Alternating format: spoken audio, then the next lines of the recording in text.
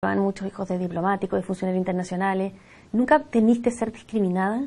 Te dan lo mismo, es como que, y como que tengo amigas que sus mamás también hacen lo mismo, y se sienten orgullosas.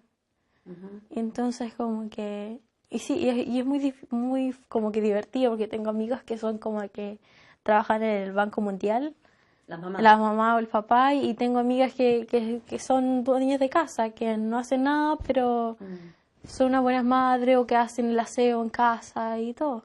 Nadie te pregunta, ¿quién es tu mamá? ¿Quién es tu papá? ¿Cuál es tu apellido? ¿De dónde viene? Como en qué trabaja tu mamá, qué trabaja tu papá.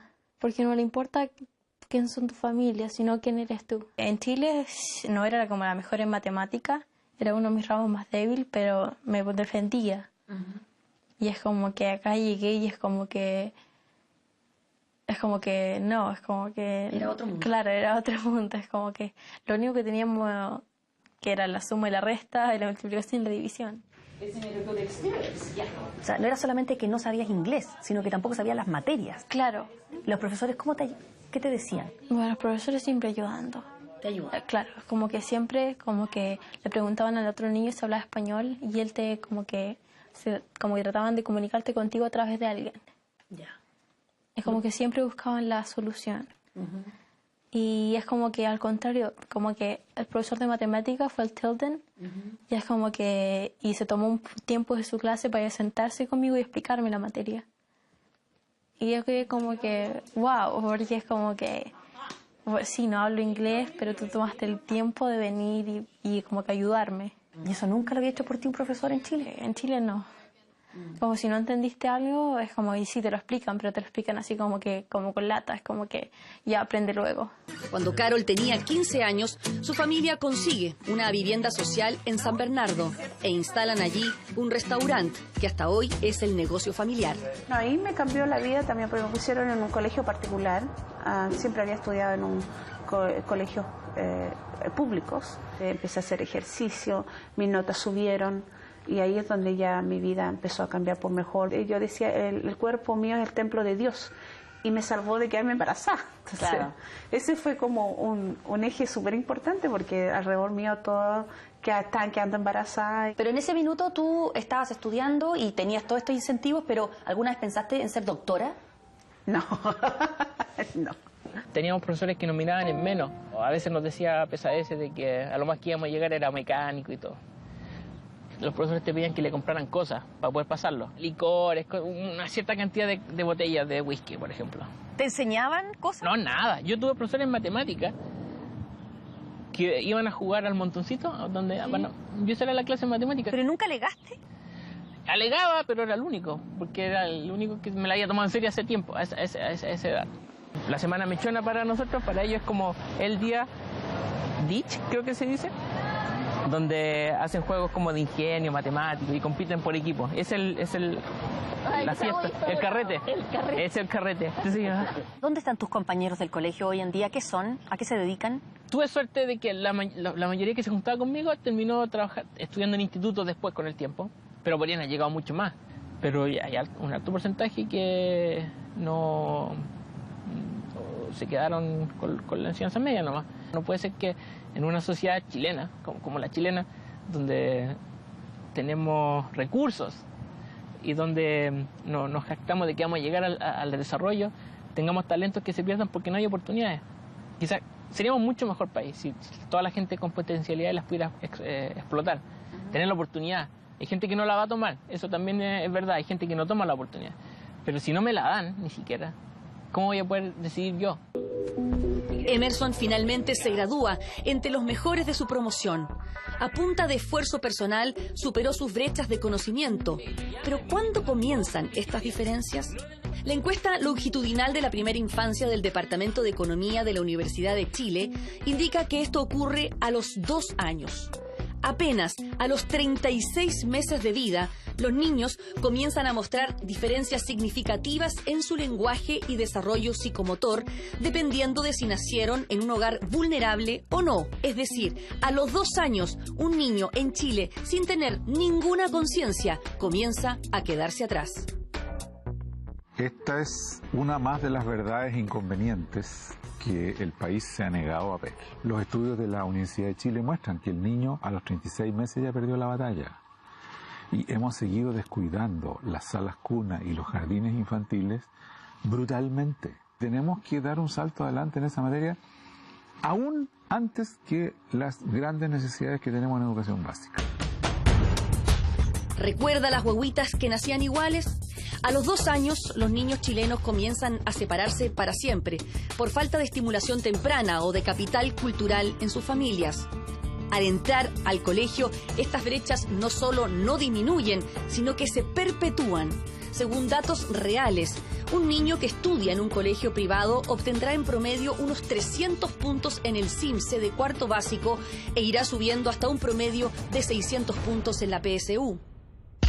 Otro niño, en la escuela subvencionada, se ubicará en torno a los 257 puntos en el CIMSE de cuarto básico para llegar a los 487 puntos de promedio en la PSU. Un tercero, educado en la escuela pública, obtendrá un CIMSE de 237 puntos para llegar solo a un promedio de 454 puntos en la PSU.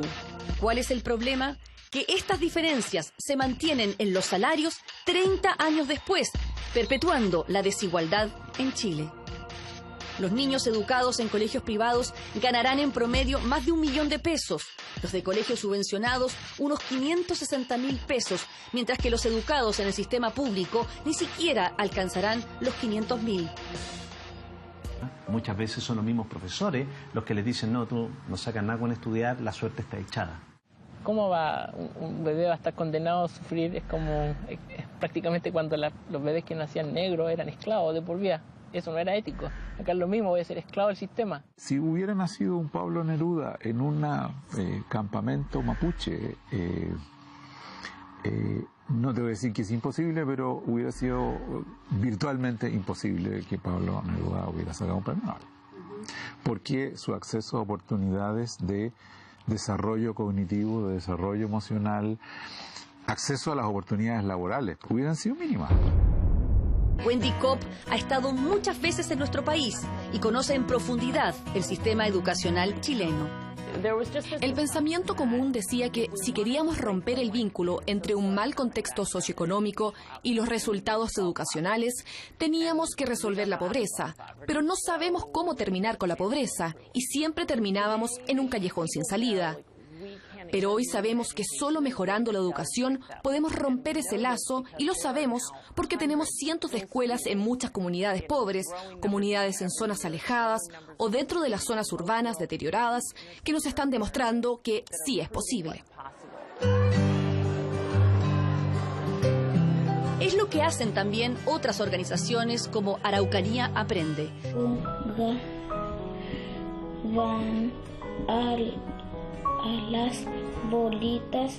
Son profesoras retiradas que van a escuelas mapuches donde los niveles de analfabetismo funcional son los peores de Chile y son capaces de tomar a un niño y en 6 semanas dejarlo con capacidad total de lectura con un costo de 100.000 pesos por alumno. Si un niño mapuche pudo en 6 semanas aprender a leer igual que un niño en Las Condes, por Dios, carajo, o sea, ¿qué es lo que nos está demostrando eso? Estaba el señor conejo escondido entre las matas del bosque. La inteligencia está ahí y está ahí condenada, ¿ya? Ahora te quiero hacer un razonamiento económico. Ellos, con $1 millón, atendieron el año pasado a 5.000 niños. Y en Chile tenemos aproximadamente en la misma situación que estos niños mapuches, es decir, de incomprensión lectora a nivel de segundo básico, 200.000. Nos costaría $40 millones al año. Un programa de esta naturaleza extendido por toda Chile. ¿Cuánta plata representa $40 millones? 1 por 1000 de lo que gana el 1% más rico de Chile. O sea, francamente, ahí es cuando tú te das cuenta de cómo podemos ser tan inmoralmente inéticos, si es que vale la redundancia, de no tomar medidas de esta naturaleza, que además al final van a ir en beneficio de la clase alta. Necesitamos gastar más dinero, pero no nos engañemos pensando que solo gastando más vamos a resolver el problema. Cada año buscamos una solución distinta. Ahora estamos en el año del profesor. Mejoramos al profesor, mejoramos el problema. Pero hay más variables que se combinan al mismo tiempo y eso requiere mucho trabajo y un liderazgo fuerte. Por eso, básicamente, el talento humano está en el centro de la solución. ¿Cómo nos afecta como país? Cuando tú tienes una fracción importante de los niños cuyas oportunidades están truncadas desde temprana edad, ¿okay? Tú le estás dando menos libertad a esas personas, ¿ah? Menos espacio, menos posibilidad de desarrollo. No es sostenible soñar con un país desarrollado con estos niveles de desigualdad y estos niveles de movilidad. No es justo bajo ningún punto de vista, porque al imponer diferencias, es decir, hay gente de dos clases: los pobres, que van a tener que hacer el trabajo que nadie quiere hacer, y los ricos, que son los que pueden elegir. Y eso no es justo. Eso en el fondo estamos diciendo, estamos generando una sociedad segmentada. Yo creo que eso no nos va a favorecer como país, nos va a hacer un peor país cada vez más. No hay ninguna posibilidad de ser un país desarrollado si seguimos haciendo microinversiones en educación, si no tenemos políticas a largo plazo, si no somos capaces de hacernos cargo de los talentos que tenemos en nuestro sistema y los desperdiciamos. En estos momentos, como está nuestro país, el que agarra, agarra. No hay un pensamiento en el otro. Podemos medir desarrollo en función del ingreso per cápita y probablemente en algunos años más vamos a poder decir que Chile, en función de esa dimensión, superó a Portugal. La pregunta de fondo es que efectivamente Chile ofrece a toda su población la oportunidad de desarrollarse independientemente de su origen, solamente en función de su habilidad. ¿Cómo es posible que un país que se crea aspirante a desarrollado, ¿no?, tenga a un 40% de sus niños en básica y en media sin entender lo que leen? Yo soy un fan de Nicanor Parra, o sea, para mí Nicanor Parra es como así, como que mi ídolo, ¿no? Hay otro antipoema de Nicanor Parra que dice: Estados Unidos, el país donde la libertad es una estatua. Yo diría Chile, el país donde la libertad es una mentira. Libertad que Belén, Carol y Emerson ahora conocen. Una libertad que se ganaron a pulso. La libertad que les dio la educación. Prueba de que los talentos están allí, esperando una oportunidad. En la ley yo no tengo límites. Yo antes no quería ponerme un límite, pero yo en realidad sabía que tenía límites. Pero ahora es como que yo sé que puedo, y yo sé que aunque no me el sistema, no, si llego a Chile el sistema no me ayude, yo voy a luchar igual. Y voy a luchar por mis propias cuentas. Nos vemos.